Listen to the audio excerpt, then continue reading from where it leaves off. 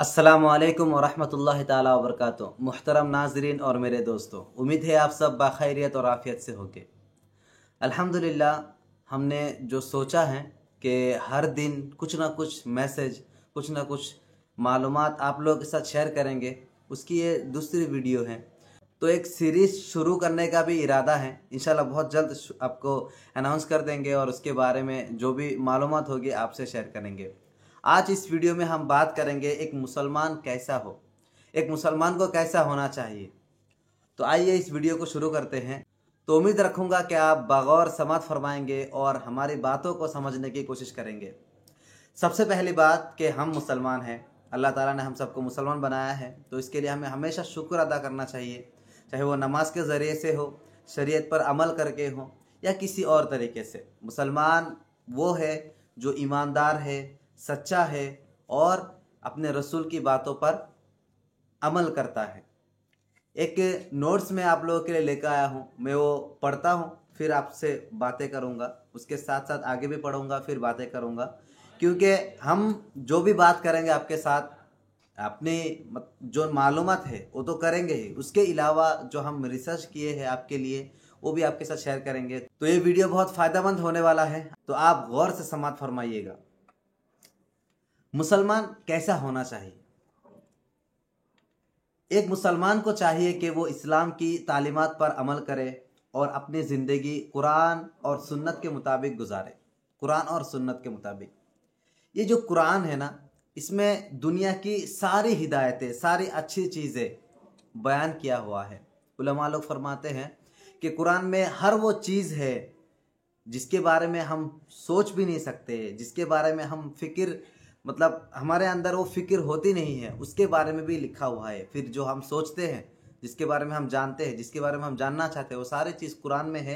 बस पढ़ने वाला पढ़ने के जैसे पढ़ना हो और उसको समझने के लिए कोशिश करना हो। अली रज़ियल्लाहु अन्हु कहते थे कि अगर मेरी एक सुई भी गुम हो जाए, जो निडल बोलते हैं ना, सुई, अगर वो भी गुम हो जाए तो मैं कुरान से देख के उसको ढूंढूंगा। ऊँट की रस्सी वगैरह गुम हो जाए, ऐसे बहुत सारे उलमा, बहुत सारे रिवायतों में मिलते हैं कि उन्होंने ऐसे ऐसे फरमाया है कि अगर ऊँट की रस्सी भी गुम हो जाए तो मैं क्या करूँगा, वो कुरान से देख के ढूंढूंगा। तो बात यह है कि कुरान में वो ताकत है, कुरान और सुन्नत रसूलुल्लाह सल्लल्लाहु ताला अलैहि वसल्लम में वो ताकत है, वो बात है कि अगर हम अमल करेंगे तो वो चीज़ हमें सब कुछ बआसानी हासिल होने का चांस है। मगर हम मुसलमान क्या करते हैं कि दूसरे को देख के बहुत मुतासिर होते हैं।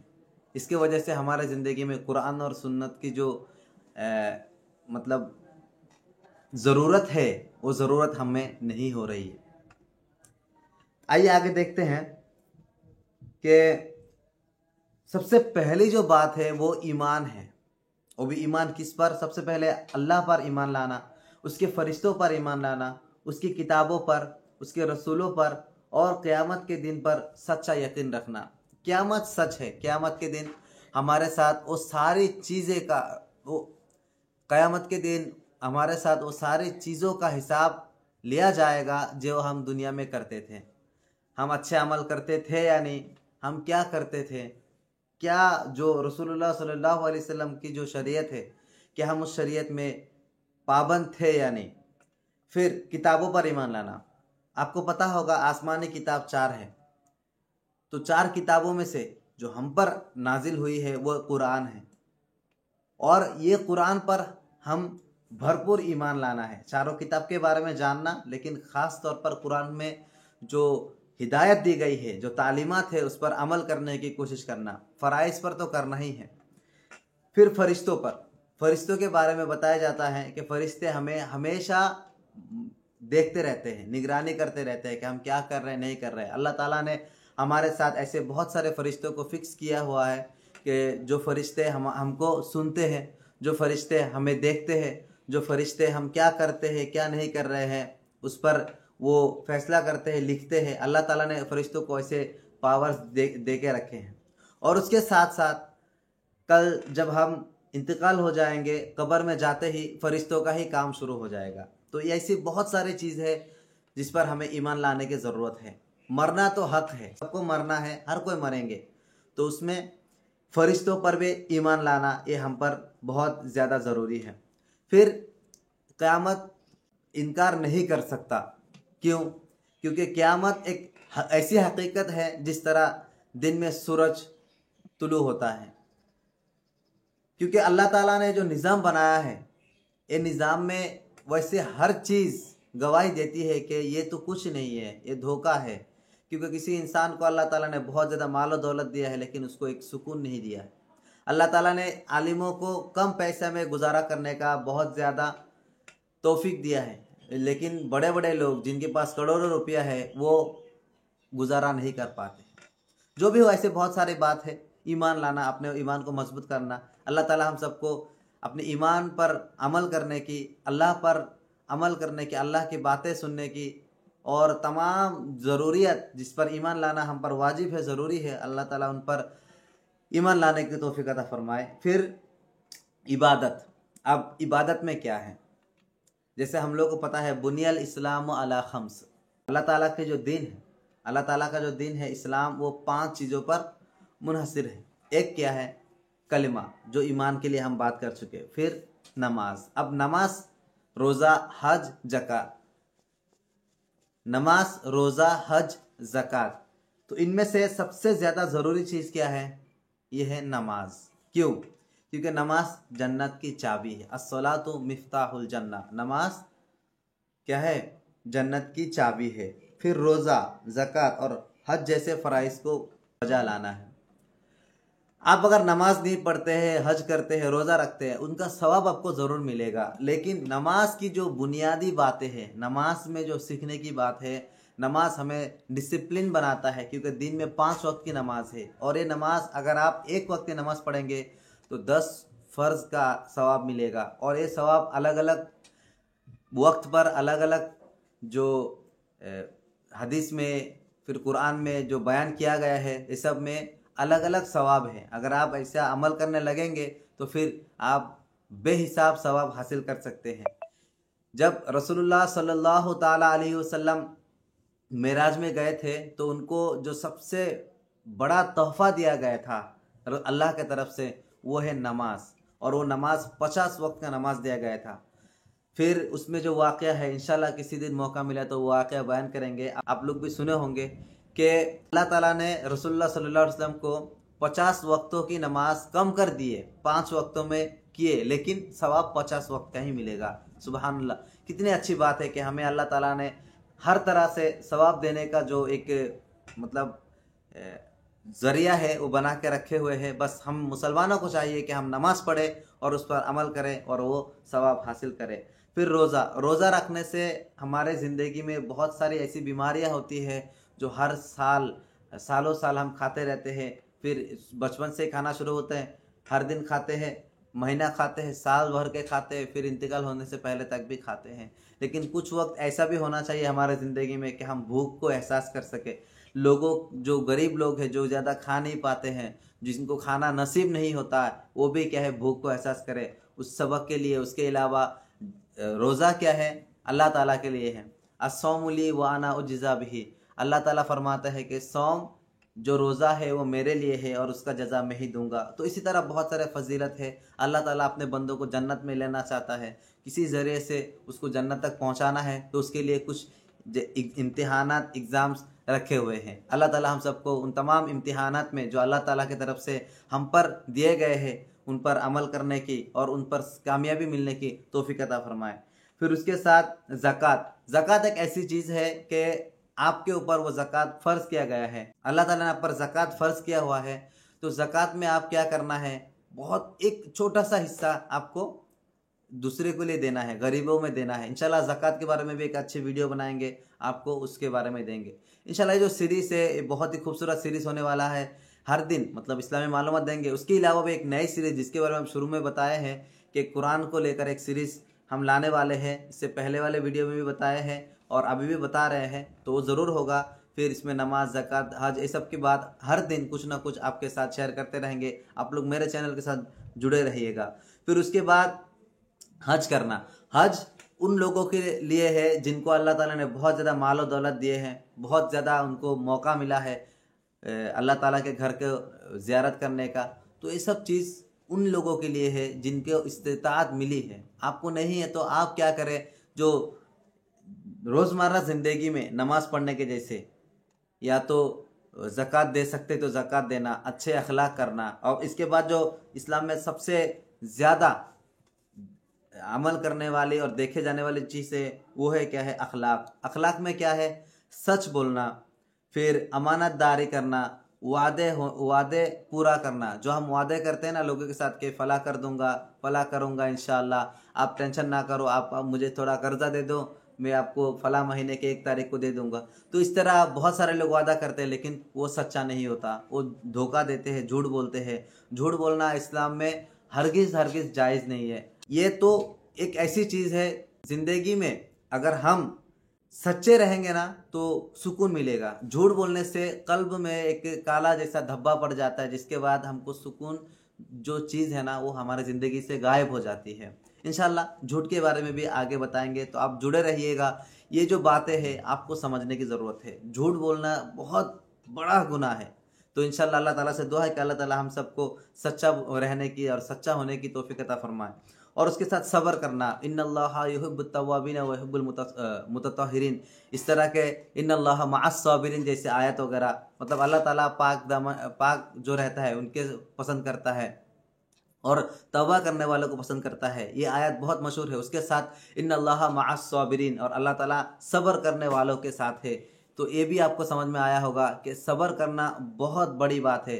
आप सब्र करेंगे और अल्लाह ताला की जो इबादत है वो इबादत करेंगे और एक अच्छे अखलाक के साथ इस ज़िंदगी को गुजारेंगे तो कल जन्नत आपके कदमों तले हो जाएगी इंशाअल्लाह। अल्लाह ताला हम सबको जन्नत में जाने की तौफीक अता फरमाए। और उसी तरह लोगों के साथ अच्छा सलूक करना। लोग उस वक्त जब आप इंतकाल हो जाएंगे, कब्र में आपको लिया जा रहा होगा, कब्र में आपको रखा जा रहा होगा, उस वक्त अगर लोग अच्छा बोलते हैं आपके बारे में, अच्छा ही बयान करते हैं, तो फरिश्ते वही लिखेंगे और आपका फैसला उसी के जैसा होगा।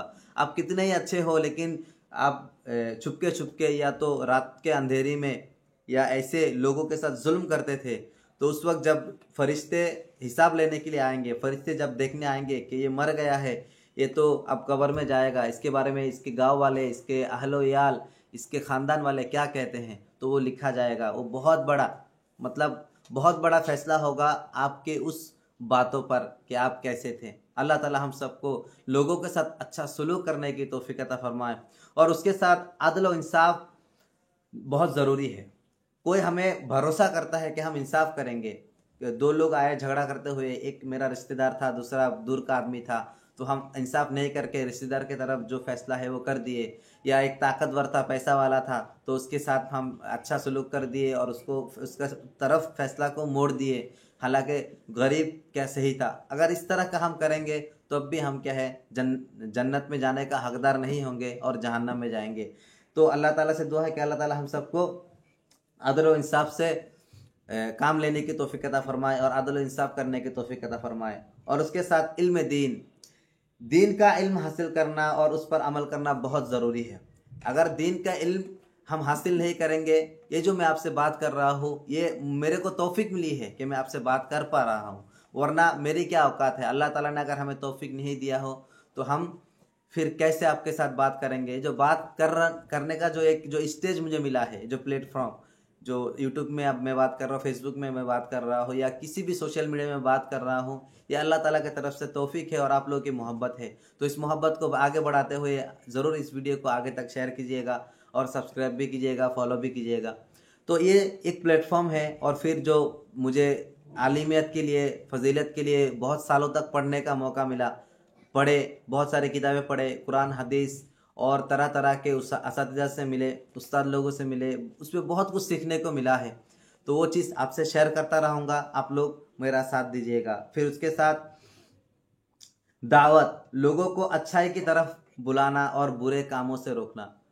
जो हम आपको कर रहे हैं ये एक दावत है, आप भी दूसरे को करना है, क्योंकि इस्लाम एक चैन है, एक के बाद एक। मैं इसको ये सिखाया तो वो दूसरों को सिखाए। रसूलुल्लाह सल्लल्लाहु अलैहि वसल्लम के हदीस से एक बात साबित है। हम हमेशा उसको हमारे उस्ताद लोग भी बताते हैं कि बल्लिगु अन्नी वलौ आया, हमसे पहुंचा दो, चाहे वो छोटी सी आयत हो, छोटी सी चीज़ हो।